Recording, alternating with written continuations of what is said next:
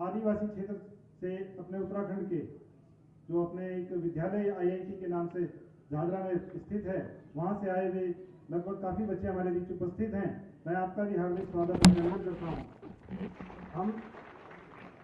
हम सब आज अपना बड़े ही गौरवान्वित महसूस कर रहे हैं कि हमें यह अवसर मिला कि हमारे प्रदेश के यशस्वी मुख्यमंत्री जी हमारे बीच आए।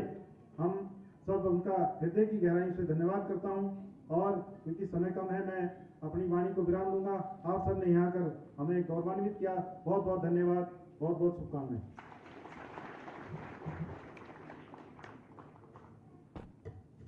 बहुत बहुत धन्यवाद आदरणीय जिलाध्यक्ष जी, क्योंकि समय की बाध्यता है और बहुत सारे अन्य कार्यक्रम हैं। मैं अब सीधे इस प्रदेश के यशस्वी मुख्यमंत्री, ऐसे मुख्यमंत्री जिनके कुशल नेतृत्व में हम उत्तराखंड को लगातार तेजी से आगे बढ़ते हुए देख रहे हैं, जिनके कुशल नेतृत्व में जो आपने देखा कांग्रेस के शासनकाल में नकल माफिया अपनी जड़ें बहुत गहरी जमा चुके थे, उनको अगर नेशनल नाबूद करने का किसी ने काम किया, उनको धूल में मिलाने का अगर काम किया, मिट्टी में मिलाने का काम किया, तो पुष्कर सिंह धामी जी ने किया। मैं आप सबसे निवेदन करता हूं कि ऐसे धाकड़ मुख्यमंत्री पुष्कर सिंह धामी जी के लिए आप जोरदार तालियों के साथ जो है उनका स्वागत करें और उनके नेतृत्व में उत्तराखंड लगातार आगे बढ़ रहा है। इन्वेस्टर समिट का आपने भी सफल कार्यक्रम यहाँ पर देखा, जितनी अपेक्षा थी उससे भी ज्यादा जो है यहाँ पर निवेश हुआ। मैं आदरणीय मुख्यमंत्री से निवेदन करूंगा कि आए और हम सभी कार्यकर्ताओं का मार्गदर्शन करें। मुख्यमंत्री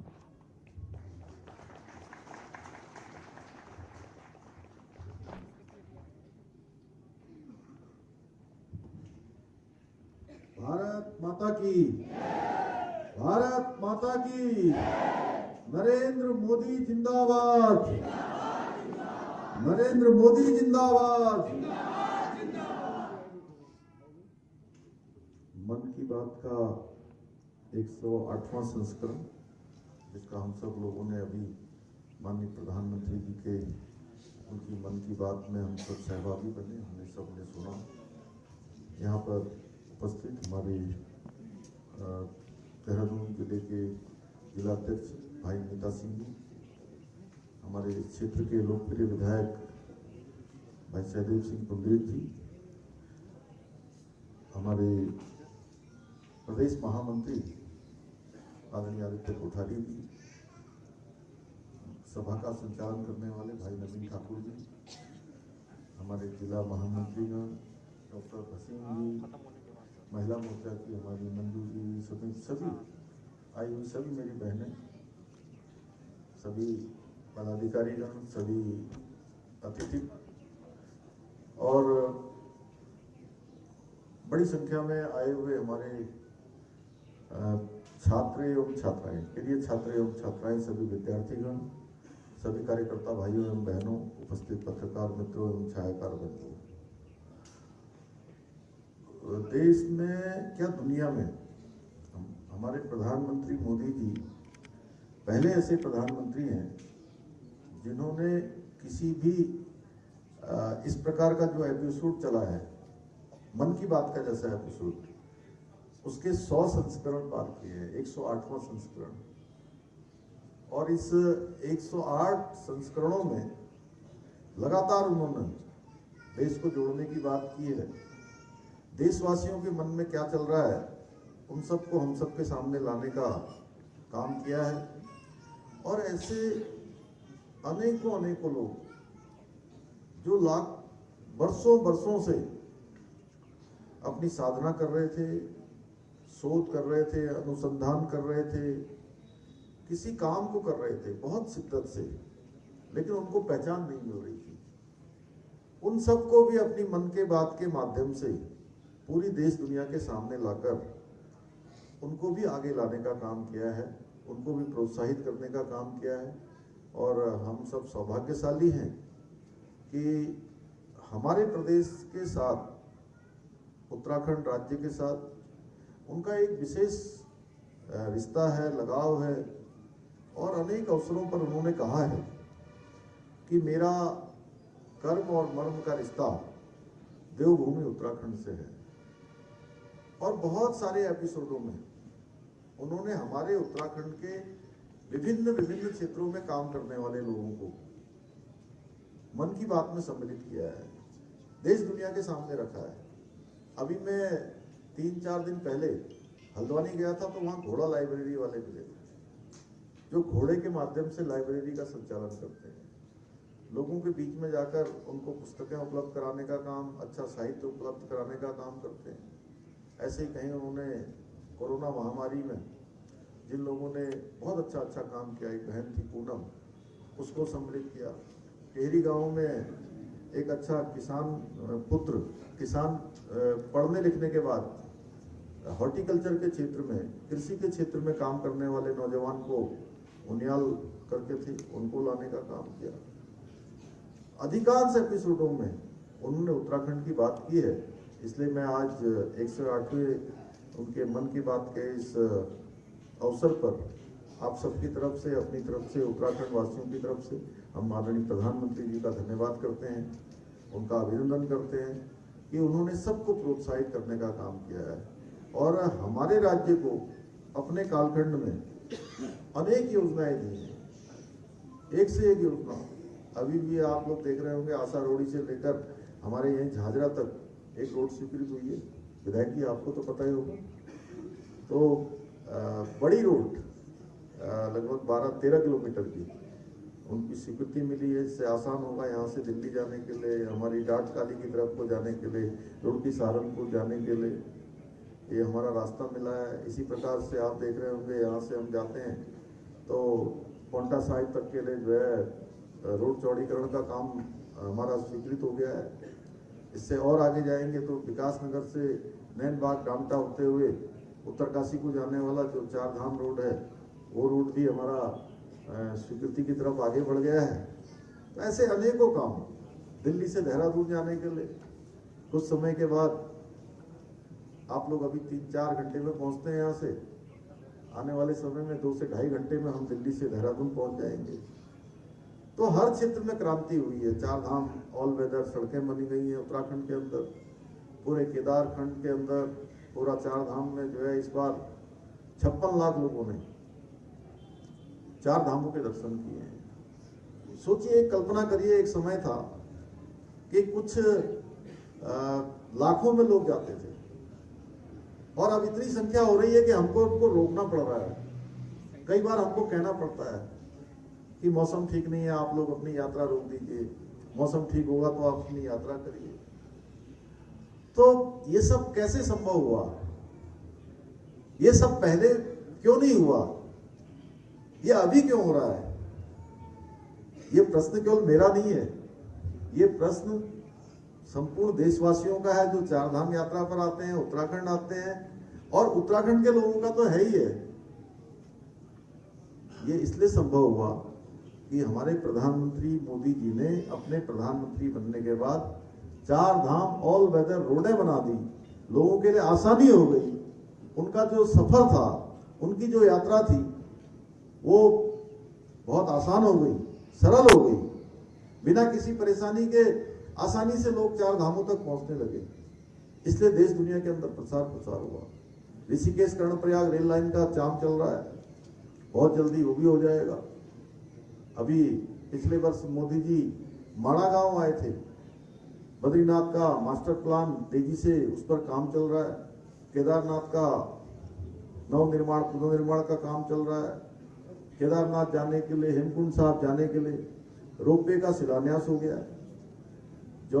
जौलीकोंग आदि कैलाश जाने वाले 18,000 फीट की ऊंचाई पर जाने वाले, पहुंचने वाले हमारे प्रधानमंत्री मोदी जी देश के पहले प्रधानमंत्री हैं जो इतनी ऊंचाई पर पहुंचे हैं। फिर पूरी देश दुनिया को उन्होंने आदि कैलाश का भी दर्शन करवाया है। आदि कैलाश भी पूरी दुनिया के सामने आ गया। पूरे उत्तराखंड को आगे बढ़ाने के लिए 1.5 लाख करोड़ से भी ज्यादा की योजनाएं उन्होंने शुरू की। अभी जल्दी हमने सोमबात का प्रस्ताव दिया है कि देहरादून में पानी की जो कमी है उसको दूर करने के लिए यहाँ सोमबात बनाया जाएगा, जिससे आने वाले 50 सालों तक देहरादून को पानी की कोई कमी नहीं होगी। आपके बगल में लखवाड़ बांध बनने जा रहा है और उसका काम अब आगे तेजी से बढ़ेगा। कुछ उसमें डिजाइन इत्यादि बननी थी, वो बन रही है। भारत सरकार की तरफ से भी कुछ उसमें डिजाइन वाटर कमीशन की तरफ से आना था, उसके आते ही वो काम भी शुरू हो जाएगा। और जो 4 दशक से भी ज्यादा सहदेव भाई, ये बात आपको, क्योंकि आपके नजदीक का क्षेत्र है इसलिए लखवाड़ का, जहाँ डैम बनना है, इसलिए हम सब की जानकारी में अच्छी तरह होना चाहिए। जो 40 साल से 50 साल से रुकी हुई योजनाएं थी, उन सभी योजनाओं को उन्होंने स्वीकृति प्रदान की है। जल्दी ही एक और डैम के बारे में बात हो रही है जो हिमाचल और हमारे बीच में बनाया जाएगा, उस पर भी काम चल रहा है। जमरानी बांध परियोजना थी, वो बहुत सालों से रुकी हुई थी, कई दशकों से रुकी हुई, उसको भी स्वीकृति प्रदान उन्होंने कर दी है। आज राज्य के अंदर अनेक योजनाएं तेजी से हमारे प्रधानमंत्री मोदी जी के निर्देशन में, उनके मार्गदर्शन में राज्य की सरकार उनको आगे बढ़ाने का काम कर रही है। हम आगे बढ़ा रहे हैं और हमारे प्रधानमंत्री जी ने जो बाबा केदार की भूमि से कहा था कि 21वीं सदी का तीसरा दशक उत्तराखंड का दशक होगा, तो ये तय मानिए उनके वो शब्द भगवान शिव के प्रांगण में निकले, बाबा केदार के प्रांगण में निकले और वो साक्षात रूप ले रहे हैं, साक्षात धरातल पर उतार रहे हैं। हर क्षेत्र में उत्तराखंड आगे बढ़ रहा है, तेजी से विकास हो रहा है। अभी देखा होगा आपने, ग्लोबल इन्वेस्टर समिट हुई थी और उसमें बड़ी संख्या में पूरे देश दुनिया के इन्वेस्टरों ने भाग लिया और 3.5 लाख करोड़ से भी ज्यादा की जो निवेशकों के साथ हमारे करार हुए हैं। आपके सेलाकुई क्षेत्र में, आपका जो इंडस्ट्रियल क्षेत्र है, पूरे इस क्षेत्र के लिए भी अनेकों प्रस्ताव हमको मिले हुए हैं। हरिद्वार के प्रस्ताव हैं, उधम सिंह नगर के हैं, देहरादून के हैं, अनेकों प्रस्ताव हमारे आए हैं। ऊपर के क्षेत्रों में, टूरिज्म के क्षेत्र में, हॉर्टिकल्चर के क्षेत्र में, एग्रो प्रोसेसिंग के क्षेत्र में, अनेक क्षेत्रों में लोग काम करना चाहते हैं और बड़ी रुचि लोगों ने दिखाई। दुनिया के 50 से भी ज्यादा देशों के प्रतिनिधियों ने भाग लिया और ये हमारी शुरुआत है। हमने एक प्रयास किया है कि राज्य के अंदर बड़ी मात्रा में, बड़ी संख्या में लोग आए, हमारे राज्य के नौजवान युवाओं को अपने घर के पास उनको काम मिले, उनको रोजगार करने का अवसर मिले, उनको बाहर न जाना पड़े, पढ़ाई लिखाई करने के बाद अपने माता पिता के पास रह के, अपने घर में रह के उनको रोजगार का अवसर मिले, राज्य की आर्थिकी बढ़े। हमारे प्रधानमंत्री जी ने जो सोचा है और जो संकल्प लिया है कि 5 ट्रिलियन इकोनॉमी देश की बनानी है, उसमें उत्तराखंड राज्य को भी योगदान देना है। और हमने तय किया है कि आने वाले सालों में, 5 सालों में, हमारे राज्य की जो जीएसडीपी है वो दुगनी हो, जितनी आज है उससे हम जो है दुगने पर पहुंचे हैं। हमारा हर प्रकार से राजस्व बढ़े। और मुझे खुशी है आपको बताते हुए कि पिछले साल 25% जीएसटी ज्यादा कलेक्शन हुआ था हमको, 25% ज्यादा। इस साल भी हम तेजी से जो हमने लक्ष्य तय किया है, हम उसकी ओर बढ़ रहे हैं। इसी प्रकार से अभी प्रधानमंत्री जी ने जो देश के अंदर सफलतम, जिसका उन्होंने उल्लेख किया, G20 का जो सम्मेलन हुआ, इसकी अध्यक्षता हमारे देश को हमारे प्रधानमंत्री जी की लीडरशिप में मिला। उस लीडरशिप में हमको भी 3 कार्यक्रम आयोजित करने के लिए मिले थे और तीनों ही कार्यक्रम, पहला कार्यक्रम रामनगर में, दूसरा और तीसरा कार्यक्रम नरेंद्र नगर और ऋषिकेश में आए। तीनों कार्यक्रम हमारे विश्व स्तरीय कार्यक्रम हुए। हर किसी ने सराहना की। उत्तराखंड को देश दुनिया के लोगों ने देखा। उत्तराखंड का एक जो हमारा यहाँ का परिवेश है, यहाँ की संस्कृति है और उत्तराखंड जिस प्रकार से आगे बढ़ रहा है, वो दुनिया के लोगों ने देखा है। और आज मुझे आप सबके बीच में कहते हुए खुशी है, कल मैं भगवान योगेश्वर की धरती मथुरा में गया था, गिरिराज जी की परिक्रमा भी करी, वहाँ पर भगवान का अभिषेक भी किया और उनसे प्रार्थना भी करी कि आज ऐसा समय है, ऐसे कालखंड में हम लोग हैं। एक समय वो था जब भगवान राम पैदा हुए थे, त्रेता युग था। क्यों आदित्य जी, त्रेता युग था ना डॉक्टर साहब? त्रेता युग में भगवान राम पैदा हुए थे और त्रेता युग फिर से आया है जब भगवान अपनी जन्मभूमि पर फिर से विराजमान होने जा रहे हैं। और हम सब लोग कितने सौभाग्यशाली हैं कि उस समय जिन्होंने भगवान राम का राम राज्य देखा होगा, आज हमारे प्रधानमंत्री मोदी जी के रूप में हम लोग ये शासनकाल देख रहे हैं, ये राज्य देख रहे हैं, और ऐसा अवसर, इस अवसर के साक्षी बन रहे हैं कि भगवान जिसके लिए देश दुनिया के लोग, राष्ट्र भक्त और राम भक्त लंबे समय से प्रतीक्षा कर रहे थे कि भगवान रामलला विराजमान हो, और 22 जनवरी को वो समय हमारे सामने आने वाला है। आज कांग्रेस के लोग, कुछ उनके नेता बयान दे रहे हैं, वो कह रहे हैं कि जो है वहां पर ट्रेन क्यों चलाई जा रही है, वहां एयरपोर्ट क्यों बनाया जा रहा है, राम मंदिर क्यों बनाया जा रहा है, बना रहे हैं। देखिए, अब वो कभी राम मंदिर बनना नहीं चाहते थे कि राम मंदिर बने, तमाम अड़ंगे उन्होंने राम मंदिर के रास्ते पे लगाए। तो भगवान राम का मंदिर के जो विरोधी थे वो इस प्रकार की बातें कर रहे हैं। उनको ये भी अच्छा नहीं लग रहा है कि रामलला वहां विराजमान हो रहे हैं, करोड़ों करोड़ों लोगों की आस्था श्रद्धा जहां बसी हुई है, उनके मन प्रफुल्लित हैं, उस भावना को भी नहीं समझ पा रहे हैं। इस प्रकार से तमाम प्रकार से कुछ लोग कह रहे हैं। एक का मैं ट्विटर में देख रहा था, एक दूसरे नेता हैं उनकी पार्टी के बड़े नेता, वो प्रश्न कर रहे हैं कि जो है मोदी जी ने एक चुनाव विकास पर जीता, दूसरा चुनाव उन्होंने राष्ट्रवाद पर जीता, तीसरा चुनाव वो हिंदू हृदय सम्राट इसके नाते जो है जाने वाले हैं। देखिए, अभी अभी 3 राज्यों के परिणाम आए हैं, मध्य प्रदेश, छत्तीसगढ़ और राजस्थान के। तीनों राज्यों के परिणाम ने बता दिया है कि 2024 में क्या होने वाला है, देश की जनता के मन में क्या है। देश की जनता के मन में 3/4 बहुमत से हमारे आदरणीय मोदी जी फिर से प्रधानमंत्री बनने वाले हैं, देश की जनता चाहती है। क्योंकि ये देश, वो कहते हैं कि क्या हिंदुत्व के कारण से चुनाव जीता जाएगा, इस प्रकार के प्रश्न करते हैं।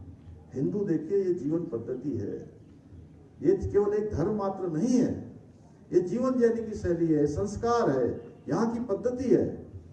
अगर ये देश के अंदर हिंदुत्व नहीं होगा तो कहाँ होगा?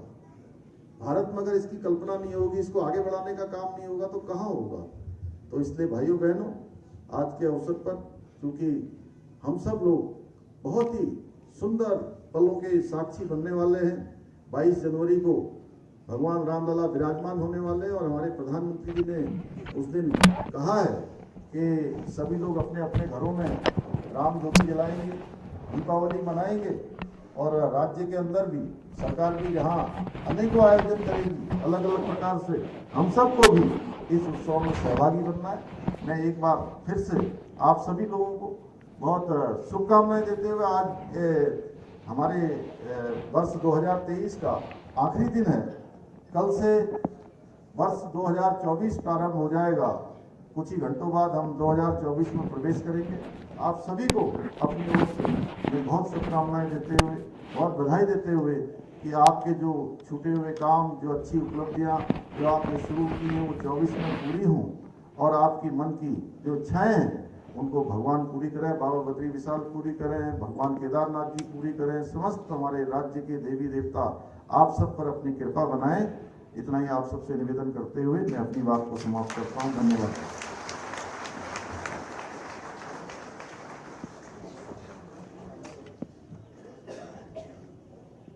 बहुत बहुत धन्यवाद आदरणीय मुख्यमंत्री जी। अब एक पुस्तक का विमोचन जिसके रचयिता डॉक्टर हरि सिंह जी है, मैं देवेंद्र वैद्य से निवेदन करूंगा तो इस कार्यक्रम के लिए जो है मंच पर आए। उत्तराखंड के यशस्वी मुख्यमंत्री श्री धामी जी, हमारे बीच में उपस्थित भारतीय जनता पार्टी के प्रदेश महामंत्री श्री आदित्य कोठारी जी, हमारे सम्मानित विधायक जी, जिलाध्यक्ष जी। अब इस अवसर पर एक बहुत ही सूक्ष्म कार्यक्रम है, लेकिन बहुत महत्वपूर्ण कार्यक्रम है, और उसका संबंध मन की बात से है। माननीय प्रधानमंत्री जी के द्वारा जब 100 अंक पूरे कर लिए गए थे तो उस समय हमारे शिक्षक साथी और यूथ हॉस्टल के हमारे वरिष्ठ सहयोगी डॉक्टर हरि सिंह बिष्ट जी ने उनके 100 जो व्याख्यान थे, एपिसोड थे, उनके अंतिम 25 जो एपिसोड हैं उन पर एक पुस्तक का लेखन किया, और उसी पुस्तक का जो विमोचन है आज हमारे माननीय मुख्यमंत्री जी कर रहे हैं। और मैं उनका बहुत स्वागत करता हूं।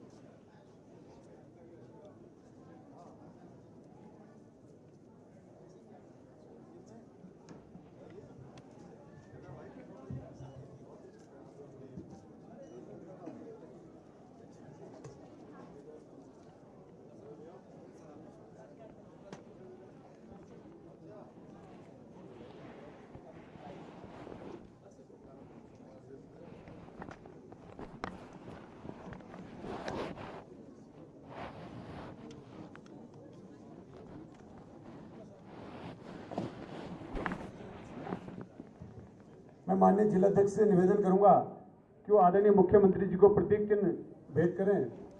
आदरणीय मित्ता सिंह जी, बहुत बहुत धन्यवाद। इस कार्यक्रम को आगे बढ़ाते हुए अब मैं सबसे निवेदन करूंगा, कृपया अपना स्थान ग्रहण करेंगे। और अब हमारे इस सहसपुर विधानसभा के बहुत ही लोकप्रिय विधायक बड़े भाई आदरणीय सहदेव सिंह पुंडीर जी से निवेदन है कि वो आए और हम सबका मार्गदर्शन करें और धन्यवाद ज्ञापित करें। आदरणीय सहदेव सिंह पुंडीर जी, मेरा सभी कार्यकर्ताओं से निवेदन है, कृपया अपने स्थान पर बैठ जाएं। माननीय विधायक जी हम सबको संबोधित करेंगे और आदरणीय मुख्यमंत्री जी का धन्यवाद ज्ञापित करेंगे। सबसे निवेदन है, कृपया अपने स्थान पर बैठ जाएं। आदरणीय विधायक जी।